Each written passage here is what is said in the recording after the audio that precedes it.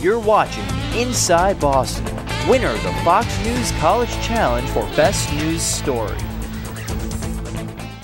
Thanks. Well, I'm here with Miss Boston 2009, Lacey Jane Folger. Lacey, thanks for joining us tonight. You're welcome. It's a pleasure. Thanks.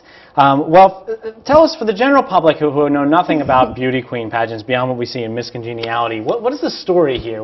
How do you get to become Miss Boston? Well, I'm going to go with the typical stereotype and kind of shy away from that. Okay. It's not just a beauty pageant. It is a scholarship program, which is one of the main reasons why I did want to get involved with it.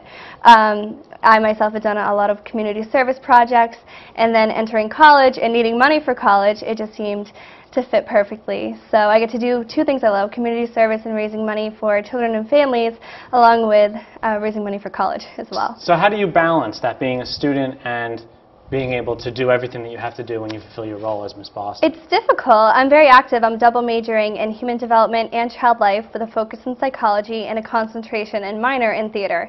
So I am very busy. However, I live by my daily planner, so that keeps me on track. And you're going to school where? Wheelock College. I'm a junior this year. Okay, great.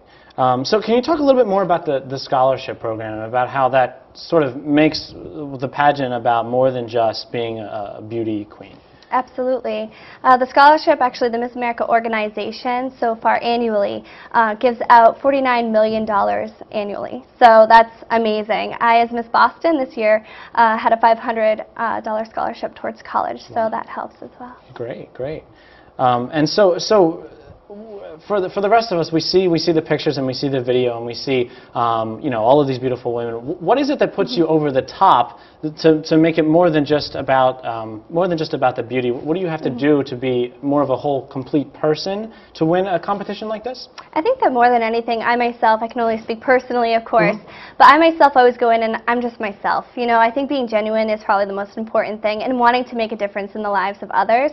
I myself choose to make a difference in the lives of children and families through my platform, which is the Make-A-Wish Foundation of America.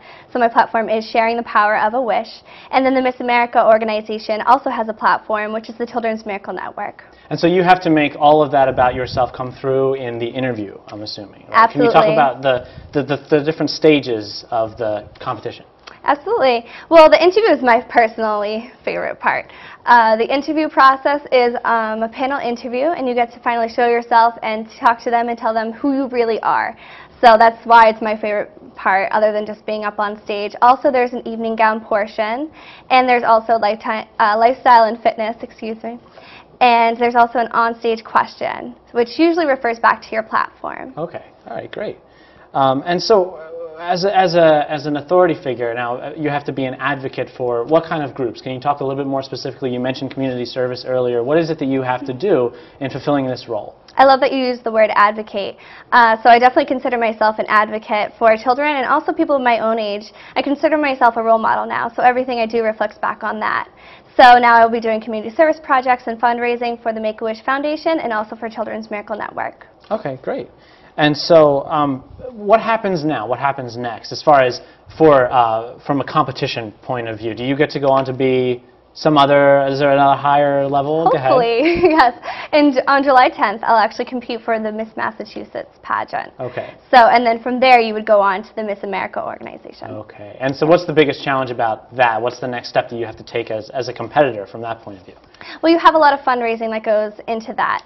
So I will be fundraising very heavily and getting myself out there in the city, so you will be seeing more of me.